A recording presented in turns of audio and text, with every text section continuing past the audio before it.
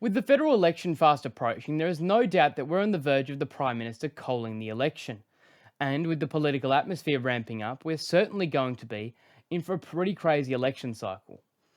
On Sunday, we also received notice from Resolve Strategic Polls, with the coalition managed to rank 55% compared to Labor's 45% in the two-party preferred.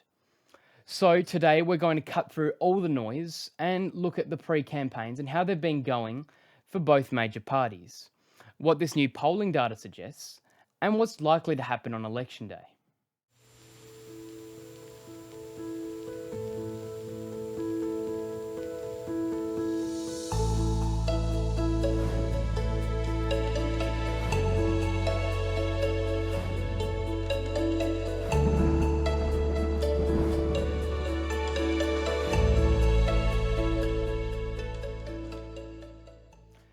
With the pre-campaigns beginning around January, we've seen election commitments made by all political parties. But the key focus has been on Labor, especially in regards to their health announcements, which were first raised over 3 weeks ago.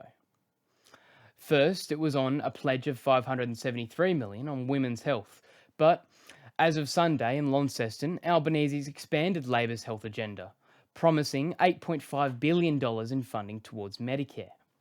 This, according to Albanese, will mean 9 out of 10 GP visits will be free from out-of-pocket expenses, and over 18 million extra bulk billed visits per year will be funded.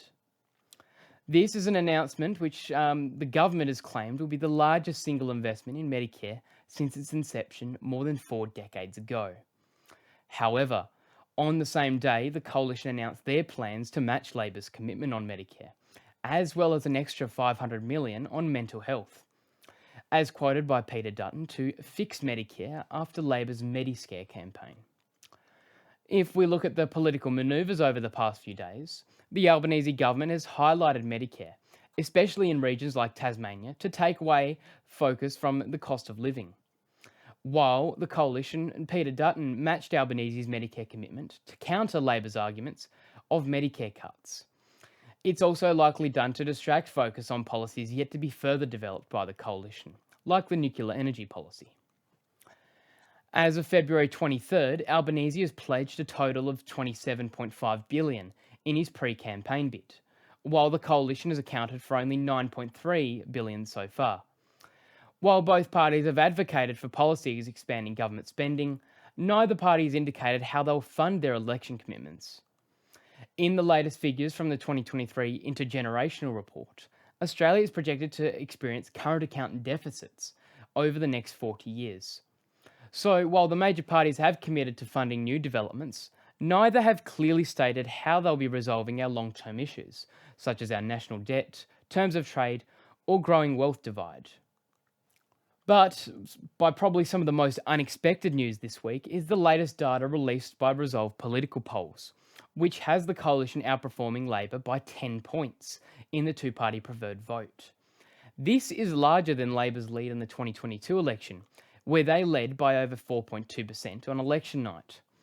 This 10% gap against Labor is bad news for the Albanese government, with the party projected to obtain only 25% of the primary vote if the election was held today. This shift in public sentiment has been growing since the Albanese government's defeat of the Yes campaign, and as the cost of living crisis has worsened for most Australians.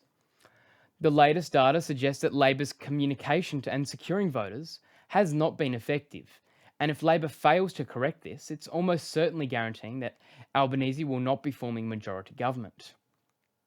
Aside from this, the opinion polls, the bookies and the ASX have shifted in favour of a Dutton-led government, either in minority or majority government.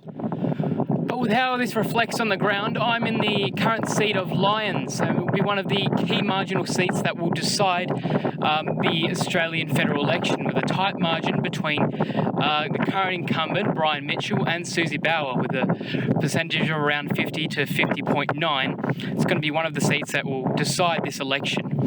This has probably been one of the most impacted areas over the last 3 years, with the high cost of living driven by inflation and high interest rates putting strain on communities such as Bridgewater. Although with everything that's been said about Labor, it's not easy for the coalition to win either, due to the rise of even more independents entering the race, due to community dissatisfaction with the two-party system. This could have been mitigated as the collapse of the UAP would have been good news for the coalition.